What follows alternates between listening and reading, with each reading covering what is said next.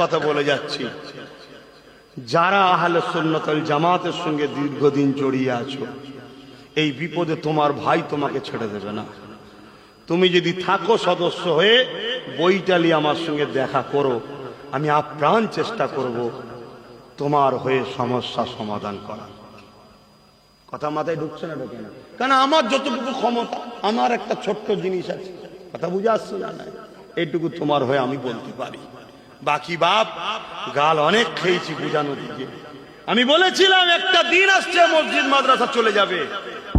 মসজিদ মাদ্রাসার কাগজকে সার্চ করো, সব রেড কালি পড়ে গেছে। তার মানে কি?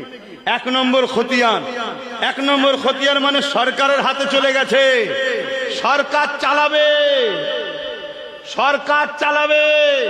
তুমি তোমার মসজিদ মাদ্রাসায় তোমার খেয়াল খুশি মতো চলতে পারবে না। মসজিদের ইমামের কাছে চিঠি আসবে, এই ইমাম সাহেব জুম্মার দিন খুতবাতে একটু বলো, মেয়েদের ঘরে একটু শিক্ষিত করতে হবে। যদি স্কুলে গেলে বোরখা পরতে না দেয়, শিক্ষার জন্য বোরখা খুলে যাক, অসুবিধা নেই, বলো। যদি না বলো তোমাকে গুম করে দেওয়া হবে। ইমাম সাহেব শোনো, তোমাকে ইমাম সাহেব গায়েব করে দেওয়া হবে। তুমি কোথায় আছো? এই বিলাট সিদ্দিক আকবরের খুনের শরীরে তুমি যেটা আজ বোঝো।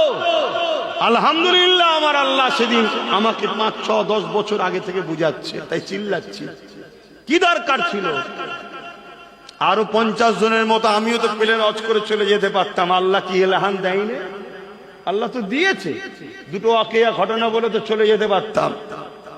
আরে জম্মাই জম্মাই না, 1 সপ্তাহ নওশাদকে দিয়ে দল খড়িয়েছি, কিন্তু লড়াই তার আগে থেকে করছি না, করিনি। কিন্তু শত শেষে যখন বুঝলাম যে না, এখান থেকে তুলে ওর কোলে, ওখান থেকে তুলে ওর কোলে দেবো, যেই কলি নেবে সেই চিটিংবাজি করছে, দরকার নেই, নিজের একটা করে লে। ওই জন্য তোকে বলেছিলাম তুই যা। কথা বুঝে আসছো না? নাই, যা থাক, নিজের থাক। শুনছেন তো নাকি? চায়ের দোকান, লোক মনে করে চায়ের দোকান, চায়ের দোকান হলো সঙ্গে মেয়ের বিয়ে দেবো। অফিসে চাকরি করে, কোটটাই পড়ে যায়, মাস গেলে কত মাইনে? 25,000। কত? 25,000। সর্বোচ্চই 25,000, বেড়ে বেড়ে বেড়ে বেড়ে 30,000, 40,000, 50,000 হবে। ঠিক তো নাকি? এর চেয়ে বেশি তো আর হবে না। কিন্তু এই চাওয়ালা একটা ঘুমটি থেকে কারবার বিজনেস করতে করতে করতে আরো 5টা করে দেবে। শুনছেন তো নাকি? মাসে যত কমই হোক, এখন মানুষ চা বিস্কুট ছাড়া সকালে অন্য কিছু জোটে না। এ মাসে খোঁজ লিখে যাও, তুমি চাওয়ালা দেখছো, ও মাসে 1 লাখে পৌঁছে দেবে ইনকাম 5টা দোকান থেকে। শুনছেন তো নাকি?